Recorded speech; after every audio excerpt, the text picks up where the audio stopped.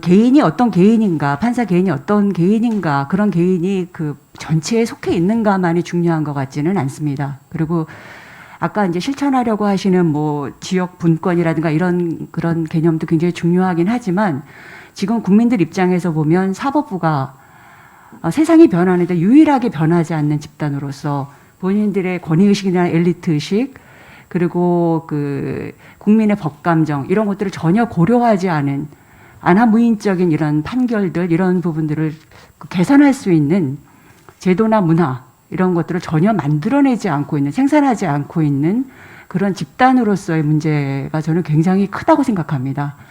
일단 이제 헌법은 재판의 심리와 판결을 공개한다라고 선언하고 있습니다. 하지만 지금 우리 현실에서 보면 대법원 판결의 3%, 각급 법원의 0.003% 정도가 공개되고 있고요. 그리고 미확정 판결서는 사건 번호를 알아야 신청할 수 있고 하급심 판결문은 일반에 일체 공개되지 않고 있습니다. 그러니까 판결문 헌법 정신에 이제 위배되고 있는 건데요. 이것에 대해서 사실 개선의 노력을 거의 하고 있지 않습니다. 미국은 공공기록물 공개 원칙에 따라 판결 이후 24시간 이내에 미확정 판결문을 온라인 사이트에 이제 게재하고 있고요.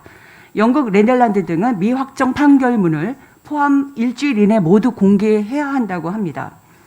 그러니까 후보자가 쓰신 서면 답변을 보니 판결문 공개 확대는 개인의 사생활 보호 및 형사재판에서의 무죄 추정 원칙, 그다음에 공정한 재판을 받을 권리 침해 문제, 상급심에서 취소될 가능성이 있는 상태의 판결이 여과 없이 공개됨에 대한 부작용을 고려해야 한다고 하셨습니다. 그죠? 네네. 근데 오히려 이런 부작용에 관련해서 보면 판결 내용의 비교 검토로 보다 객관화된 공정한 재판을 기대할 수 있고 상급심에서 취소될 가능성에 대해서는 판결문 공개를 통해 책임 있는 판결을 이끌어낼 수 있고요. 또 다양한 판례 연구를 통해서 무분별한 상급심 상고를 줄일 수 있을 것 같습니다. 그렇게 생각되지 않나요? 네, 그런 측면이 있다고 생각합니다. 예.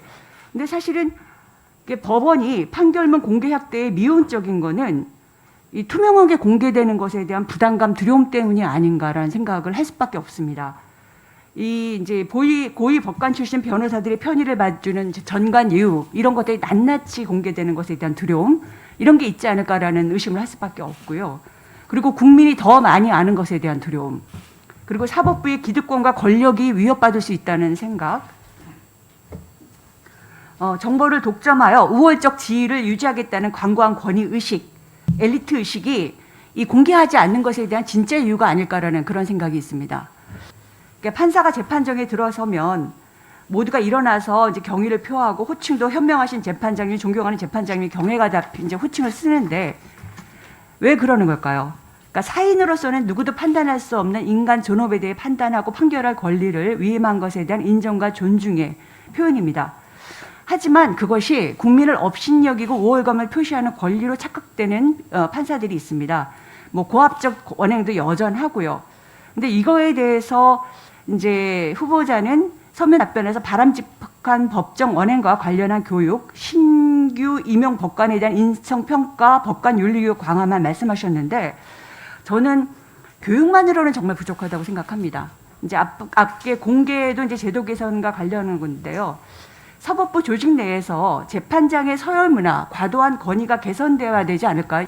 반성이 필요하다는 그런 지적이신 것 같습니다.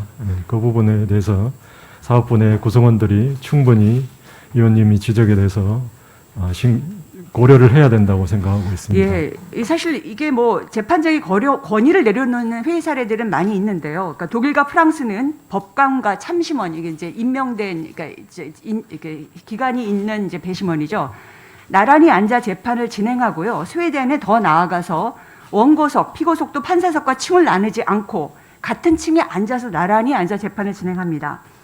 그 참심제를 선택한 나라들인데 일본의 경우도 법관과 재판원이 나란히 앉아서 하고 있거든요.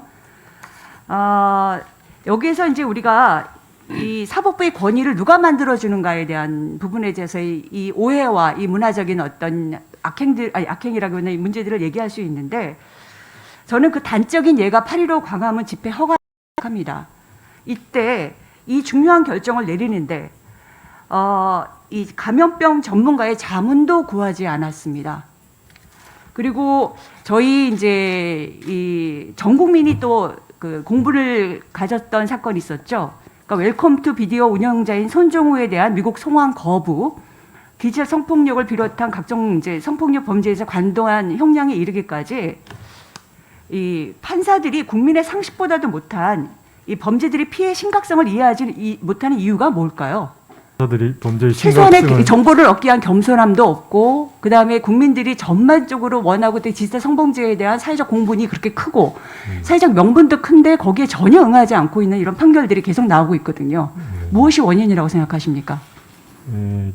위원님이 지적하시는 여러 가지 사건, 광화문 집회에서의 법원의 판단이 국민들의 생각과 조금 다른 측면으로 결정이 나갔던 측면이나 손정우 사건에서도 그런 지적이 있다는 건 알고 있지만 법원이 여러 내용을 충분히 고려해서 결정했을 것이라고 저는 생각을 하고 있습니다.